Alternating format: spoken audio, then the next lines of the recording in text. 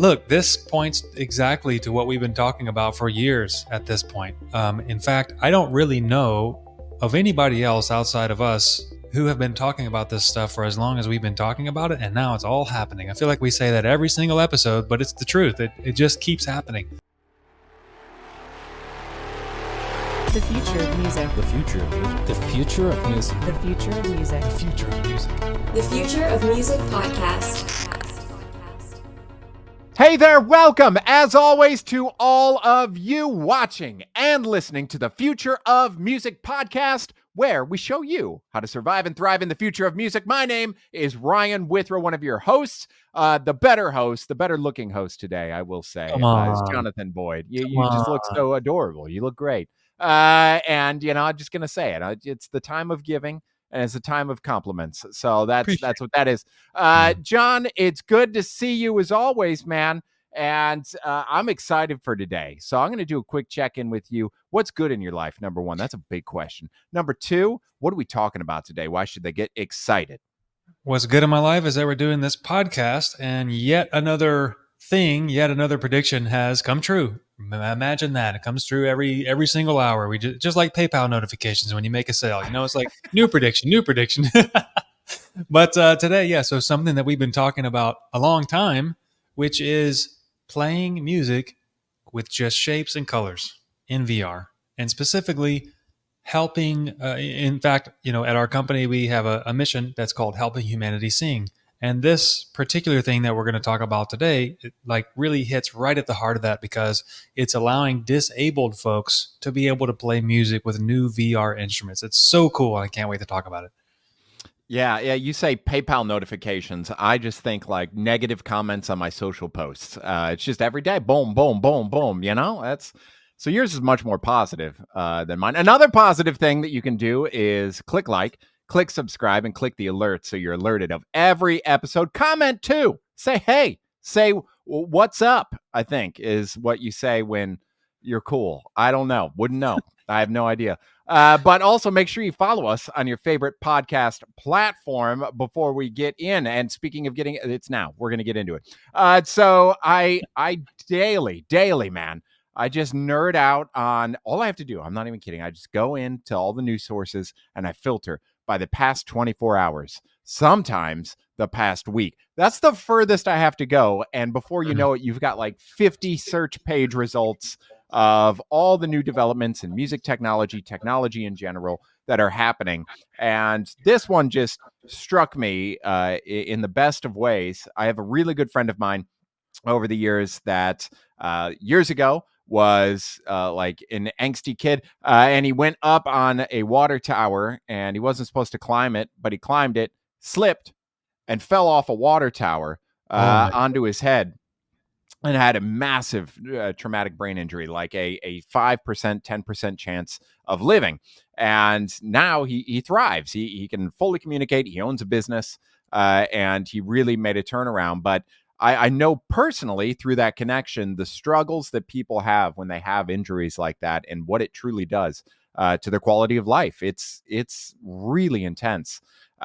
So it's beautiful to see people focusing on things like that, as well as other disabilities out there.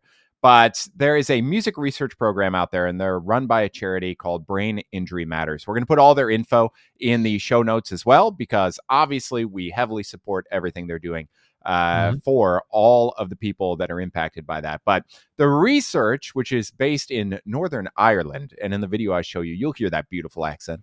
It's a great accent. We're going to talk about them using virtual reality to allow musicians with disabilities to play specifically designed virtual instruments. This is from the BBC. So let's take a look at this video. For those of you watching on YouTube, you'll be able to watch it with us. Outside of that, a lot of audio. So we're going to keep it in there for you podcast listeners as well to follow through, and then we'll be back here. But check out what Brain Injury Matters is doing with VR. Now, a group of aspiring musicians in Northern Ireland have been able to compose and play instruments for the first time after previously being limited by their disabilities. Yes, it's all part of a special project involving artificial intelligence and virtual reality, as Niall McCracken reports. It's quite interesting to see people play and discover their musicality in ways that they did not think they would have. The music you are hearing has been created by people using virtual reality instruments. Queen's University PhD researcher Damien Mills is behind the project that is helping people with disabilities reconnect with music and the arts.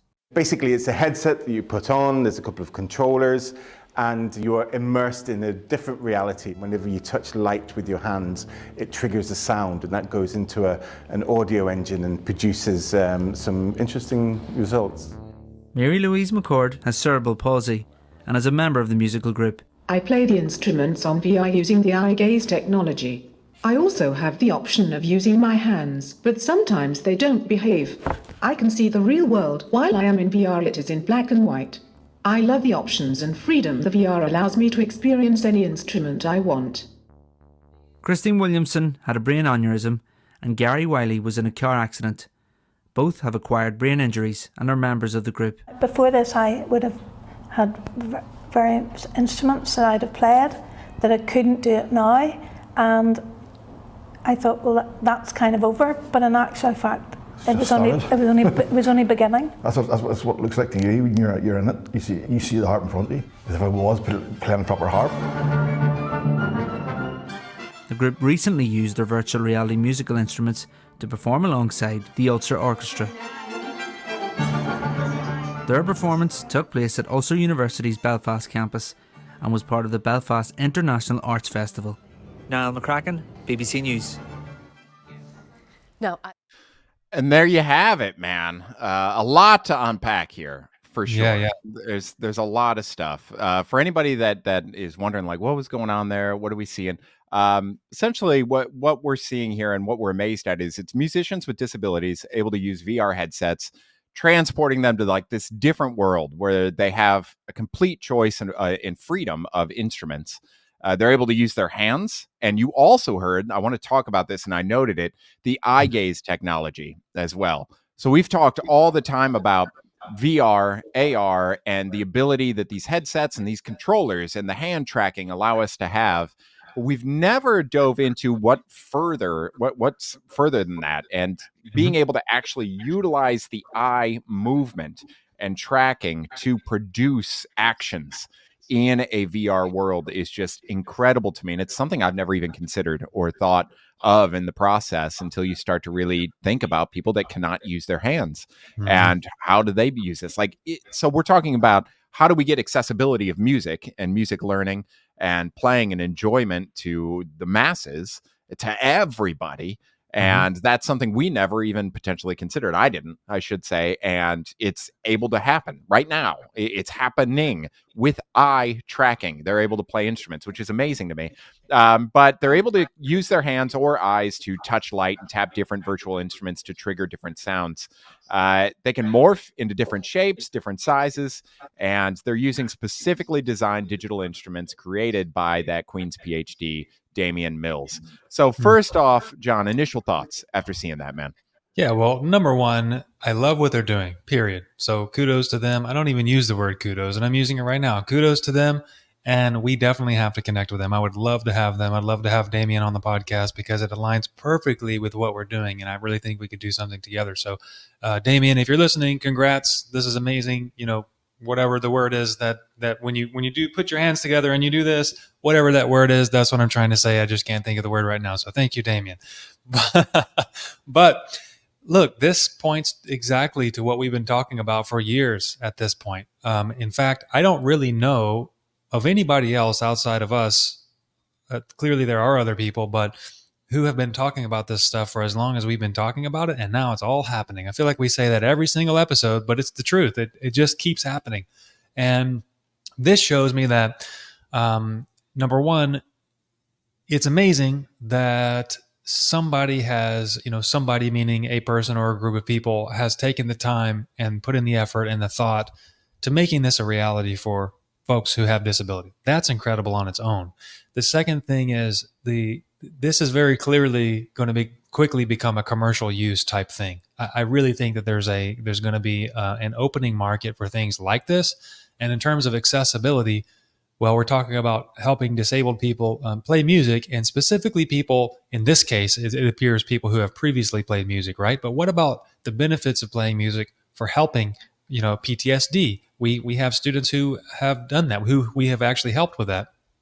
But there's so many different things, autism, there's so many different conditions, there's so many different circumstances where something like this can actually elevate somebody, not just for enjoyment. The enjoyment is great, but it can actually elevate their circumstance, right? Help them grow smarter, help them grow more capable, help them rewire their brain in a great way. And I just see so many applications, not only with the disabled, but specifically with making music accessible in general. Because during this process, the type of instruments, the type of interfaces, the type of interaction, even like using your eyes to make music, right? All of that is going to evolve, and it's going to, whatever the word that starts with an I, iterate. It's going to be an iterative process to where it gets better and better and better, to where it's so usable, so accessible, so fun when you put on your VR goggles and you just basically go away to this musical world. I can see kids learning with this, right? People, adults who have always wanted to play music, but maybe they have hand issues, or maybe they can't do something with a physical instrument anymore. There's just so many applications. I'm curious to hear what you think about it. I'm blown away. I really am.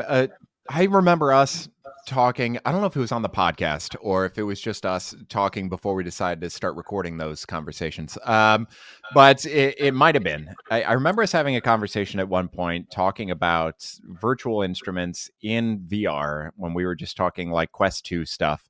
And like, there's some cool stuff happening. It's starting to come along and we're excited about it.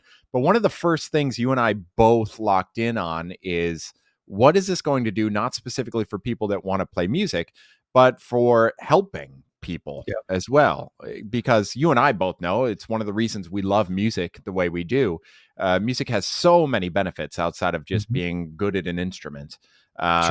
Mentally, physically, everything. I mean, there's a reason there is such a field as music therapy that exists.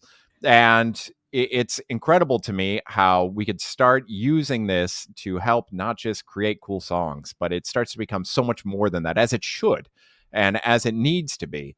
So I just remember us having that conversation probably like a year or so ago, honestly, about like, man, what is this going to do for like people needing to recover from brain injuries, from people that are survivors in horrible situations, or people that struggle mentally? What is this going to do for those people? And it was like we can't wait to see it. And it's already here and it's already happening. And I think the fact that two things. One, after watching this story as a musician, and I think about playing since I was like 12, but probably seriously since I was like 15. Now I'm 36, I think. You lose track after a certain amount of time, I think. But thinking about all those years, and what if tomorrow I couldn't? Like, it's not something I think we often think about or stop and think about. And I can't even imagine the amount of like sadness and like depression that would instantly come into my life, because it is my outlet. It's my thing. It's what I've devoted so much time to. It's like what I'm passionate about. It's like waking up the next day and being like, you can't do what you have a passion in anymore. Sorry, it's gone. So thinking about that and seeing a company or a charity on the other side going like, you don't have to stop. The way you do it, sure, maybe that has to change, but that shouldn't stop you from still pursuing the passion that you've had all of your life. You need to get back into it. We always talk about this barrier of physical instrument and how it is like that one level of prevention from mastery of an instrument or your frustration in not growing in an instrument. But also we start to think about the other side. Like when we remove it because we can't do it anymore, we need something in place. So the accessibility goes far beyond anything I could have ever imagined a year ago. And I'm so happy about that. And then let's talk a little bit about what I really want to dive into today, which is something you and I talk about a lot on this podcast. And that is the actual science behind what's happening here. And specifically for me, what I mean by that is when you see them playing, sure, are they playing instruments? Yes. But you see certain controllers, you see certain interfaces where it's just colors or shapes or boxes that they're pushing to get sounds. The harp itself is different color strings so that they can identify the string colors. We talk about this a lot. making music accessible to people by removing the idea of music theory, removing the idea of the instruments as we know it, and just focusing on full creativity and brain use on colors, shapes, and making music in the simplest way, but the most beneficial way. So you saw it now. You saw what it looks like. Is that what you envision, or a version of what you envisioned back when we had those conversations? And also, where do you see this being used further because of this science of using colors, shapes, and everything, and not physical instrument? Yeah. So first of all, no, I envision it to be a little bit different than what it is, specifically not using even the image or the idea of instruments that we know of, like traditional instruments. In terms of, the using colors and things like that, and in terms of like how is this going to be useful, basically who can use it, etc. I always use this analogy of a bowling lane. So if you go to the bowling alley, for kids they have bumpers on the side, and you can put the bumpers up so they can't roll a gutter ball. I always say, with our team, I say this a lot, that as a leader, it's your job to put up the bumpers so the person doing the rolling, the person doing the job, right, can't roll a gutter ball. It's your job to prevent them from rolling a gutter ball. It's their job to roll a strike.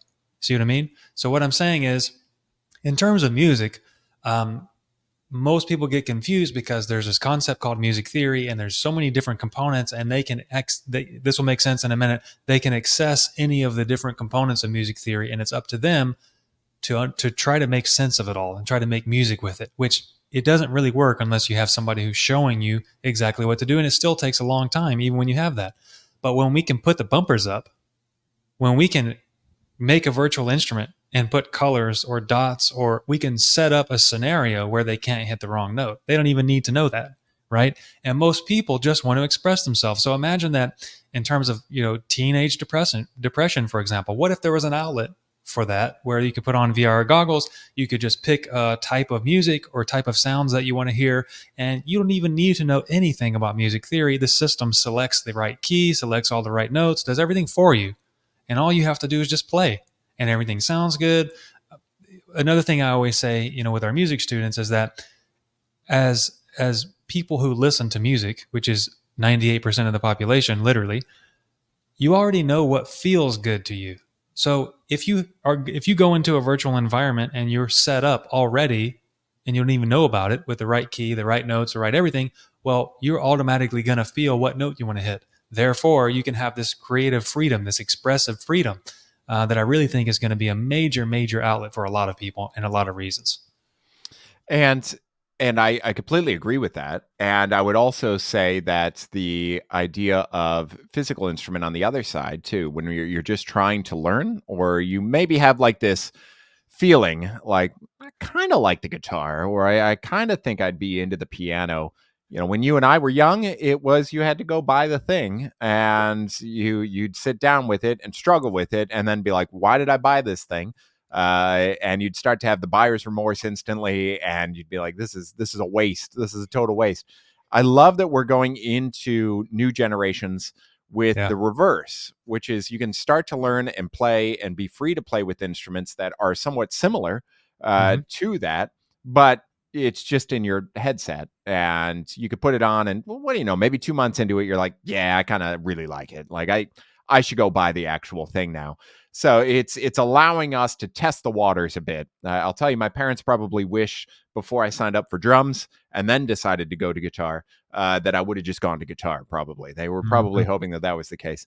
But I think that, again, we really are focusing on what they're doing for those with disabilities. I also want to say that those without, the same applies. When you're talking about making sure you're in there into the creative space. So when we talk about accessibility all over the place, the fact that we could be using the science behind this and the way they're creating this for both sides of this equation is just so amazing, and it still works for both. And that is like the most incredible kind of adoption into something that I've ever seen. So yeah, I agree with that. So I guess the next question I have to open the floodgates, so to speak, for us, because this is the future of music. This is obviously now the present. This is what it looks like. And I think in at least 80% of our episodes, we've talked about how the future of music is that we're going to go into this world of removing the physical instrument. We're going to be more creative. It's going to be in this space. Specifically what we just saw. What do you think that means for the future of music learning or just music in general in the VR space?